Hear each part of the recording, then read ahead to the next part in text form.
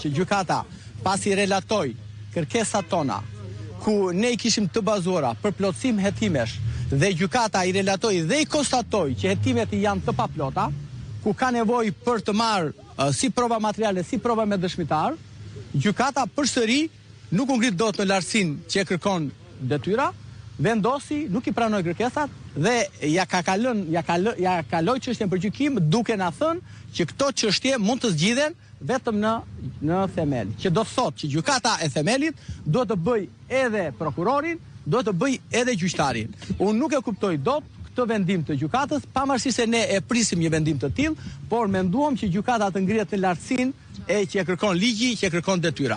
Kështu që nuk ka asgjë të re, sot ka përfunduar çështja ligjore për zotin Meta, në themel fillon çështja politike. Ne deri sot nuk kemi shprehur politikisht, padyshim, por sot ka përfunduar çështja ligjore, ku konstatuan që nuk ka prova, nuk ka fakt penal dhe gjykata e kalon çështjen për gjykim. Ligji procedural penal e ka qartësisht të përcaktuar që prokuroria, pasi ka administruar të gjitha provat me dëshmitar dhe të gjitha mënyrat e provave, kërkon gjykatës kalimin e çështjes së gjykim. Kur gjykata e konstaton që provat janë të plota, janë administruar dëshmitë dhe çdo provë tjetër e kalon për gjykim. Në rastin konkret, çuditërisht gjykata ka konstatuar që ka mangësinë e tim dhe ka kaluar çështjen për gjykim. Unë ja kundërshtova gjykatën, i thash që çështja seancat paraprake duhet të zhduket.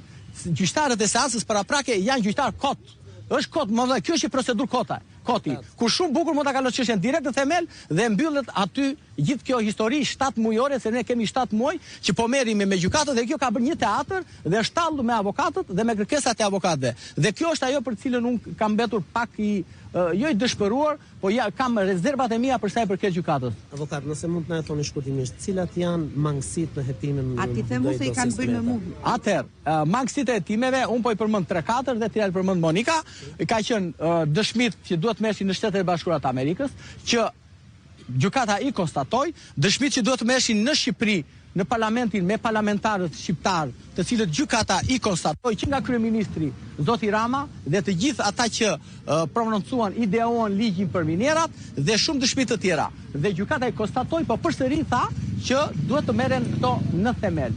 Dhe prandaj them që ajo gjykat nuk u ngrit dot në lartësi që kërkonte. Për sa i përket provave të tjera, padyshim që janë provat e tjera që zonja Kryemadhi ka bërë edhe aktet e vlerësimit financiar, të cilat dhe ajo ka një mangësi thelbësore, sepse aty ka probleme për sa i përket të ardhurave të zotit Meta, zonjës Kryemadhi e kështu me radhë, sepse ju duhet të kuptoni diçka. Zoti Kryemadhi dhe zoti Meta nuk ishin familjar. Jam zonja o shoku. Zonja Kryemadhi dhe zoti Meta kanë qenë 2 deputet.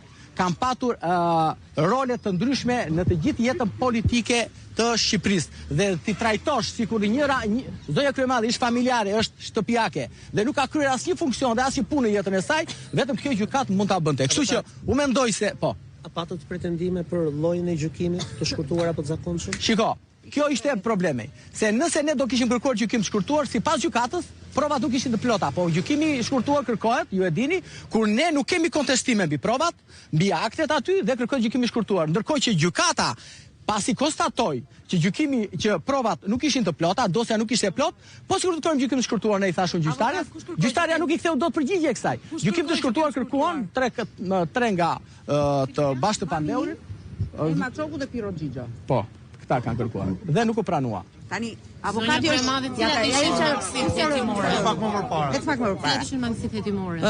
Avokat Cakrani është shumë i ndinjuar, sepse kishte pritshmëri shumë të mëdha. Unë nuk kam asnjë lloj pritshmërie, ke drejtësia e Diramës, dhe ke drejtësia e trafikut drogës, dhe ke drejtësitë e kryepolicave, kështu që përkundrazi, po të kthehesh te çështja për gjykim, ne nuk do takoheshim më bashkë, do shihim një herë në muaj. Tani që çështja do shkojë në gjykim në themel, ne do kënaqemi për ditë seanca gjyqësore, do shikojmë Big Brotherin e drejtësisë.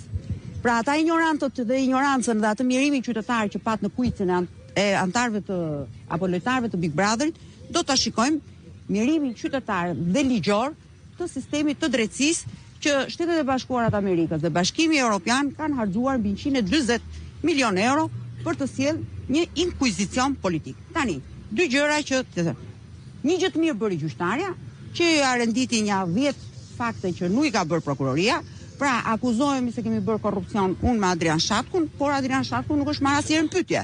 Përmendet në dosje mbi 340 Adrian Shatku nuk është çuar qoftë edhe një letër porosi thjesht për të pyetur a ekziston ky njeri apo s'ekziston ky njeri. Për sa i përket analizës financiare. Analiza financiare, të dashur gazetar, e ka bërë një eksperte financiare që quhet Liliana Mamadaj, që 2 javë mbasi dorëzoi analizën financiare të familjes time, u kandidua për bordin e Bankës Shqipërisë, u përdor aty dhe pastaj thanë se s'duheshti më. Disa të tjerë për të arrestuar Ilir Metën dhe për të çuar këtë çështje do merrnin dekorat nga Jurikim për Blinkenin. Dhe më pas, meqense Blinkeni u shpall non grata në Amerikë, pastaj arrestuan dhe Erion Velin për të thënë që bëm një pro-Soros dhe një anti-Soros, kështu që kjo është një drejtësi që është qesharake. Por ka një gjë shumë të mirë ky vendim, sepse për në Strasburg, për hir të vërtetë, zoti Meta i jep një shans shumë të madh, jo vetëm për të zbardhur çështjen në lidhje me veten e tij, por i jep një rast shumë të madh edhe për të treguar të gjitha ato miliona dollar që taksapaguesit amerikan dhe europian kanë paguar për një sistem drejtësie me të cilët kryepolicët e prokurorisë, po themi, që thon afërmend që gjykata do marrë vendimet tona, tani siç është ajo të gjithë jemi të barabartë përpara drejtësisë, duke kjo GKK-ja ta bëjmë me gërma të arta, afërmend gjykata merr vendimin që thot prokuroria. Megjithatë, unë nuk kam asnjë lloj surprizë në këtë gjë. Jam shumë e bindur që betejë jon politike, ky është një gjyq politik, ka qenë gjyq politik, nuk diskutohet. Duhet kemi parasysh që kam frikë se videot e Gysagasit kërcënojnë dhe shumë njerëz brenda GKK-s, dhe kjo është dhe një ndër arsyet që ecim në këtë fazë. Megjithatë, duhet kemi që parasysh, unë e thash sikur dia dhe sot në mëngjes, fatin ton në dorë nuk e ka as GKK-ja, as as GKK-ja, as prokuroria, fatin ton e kemi vetë në dorë. Kjo është një betejë me opinionin publik. Kjo nuk është betejë ligjore, betejja ligjore ka mbaruar.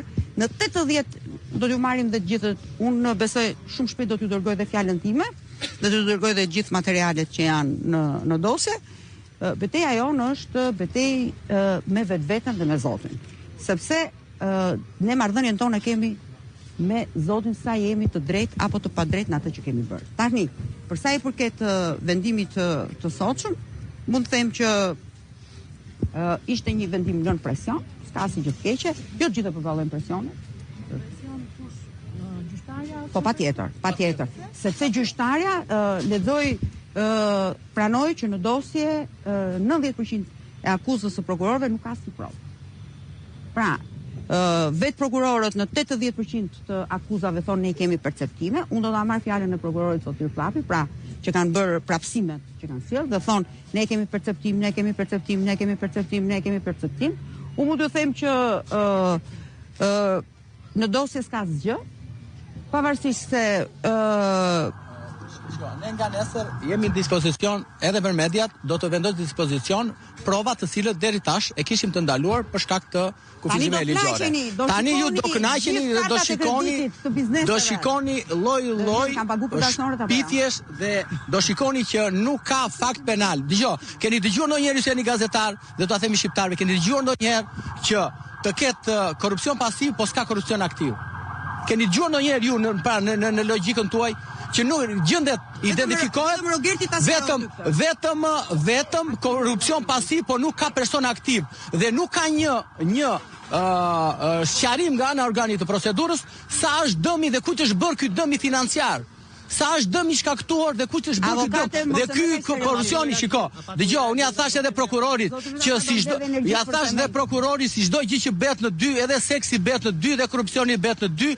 Monika thot bëhet në 3, problemi qëndron. Jo, nuk e di ato lloj stilesh Kamasutra o Monika. Problemi qëndron që nuk e di atë. Problemi qëndron që vetëm kjo prokurori mundet të thotë që ka korrupsion pasiv, po s'ka korrupsion aktiv. Nuk e di, vetëm nëse sqaroni ju, kjo do jetë pyetja që ne kërkojmë përgjigje. Shiko, korrupsioni pasiv, korrupsioni aktiv parashkruhet, por kur vjen relatimi relatimi prokurorit thotë ka patur korrupsion aktiv, ka emër mbi emër korruptuesi. Dhe zonja Shatku dhe zoti Shatku që përmend prokuroria, përmendet 327 herë në atë fascikullin, në kërkesën për gjykim, dhe ai person nuk është pyetur asnjëherë. Tani më thoni mua ju si mundet të kaloj çështja në gjykim pa pyetur persona të cilët mendohet që janë aktiv në korrupsion. Kjo është pra. Pas shpalljes vendimit, a pati një reagim nga zoti Meta apo duhet? Zoti Meta ishte shumë i qetë. Jo, zoti Meta është shumë i qetë. Ma tha që unë do t'ja komunikoj ju, është shumë e zi po e priste që të kalonte çështja në gjykim, sepse ai ka muaj ka kërkon të çojë në gjykim që të zbardhet një herë mirë, se ai mezi po prit të hyni ju në sallë. Sepse ai do të përballet në sallë, do dhe gazetarët, dhe do jetë një gjyq shumë i hapur, dhe zoti Meta siç ka qenë transparent dhe unë kam qenë transparent në çdo dalje dhe në çdo seancë gjyqësore, do jeni transparent dhe në sallë të gjyqit. Gjithsesi, ne do bëjmë konferencë shtypi dhe do nxjerrim të gjitha provat për të cilat Spaku apo gjykata tashmë që kaloi çështjen në gjykim pretendon se ka fakt penal, pra ka korrupsion. Nuk ka fakt penal, patjetër. Unë përmendet po marr shkas nga fjala juaj, përmendet videot e Ergus Agasit. Çfarë lidhje kanë ato ndjenin tuaj me gjykatën e posaçme? Patjetër, shumë pjesë të gjykatës posaçme dhe të shërbimit informativ apo dhe të institucioneve të tjera të pavarura në thonjza janë pjesë e videotekës së Ergus Agasit. Dhe kjo është litari në fyt që ka sistemi ynë i drejtësisë. Kështu që mos u çudisni, çudia më e madhe në Shqipëri 3 ditë zgjat, por çudia e imja dhe Ilir Metës nuk ka për t'ju zgjat 3 ditë, do t'ju zgjasë gjithë jetën. Ju faleminderit. Edhe filmin në ku do shihni. E kemi po. Të shohësh prapë. Kemi ndjekur kështu edhe fjalën e zonjës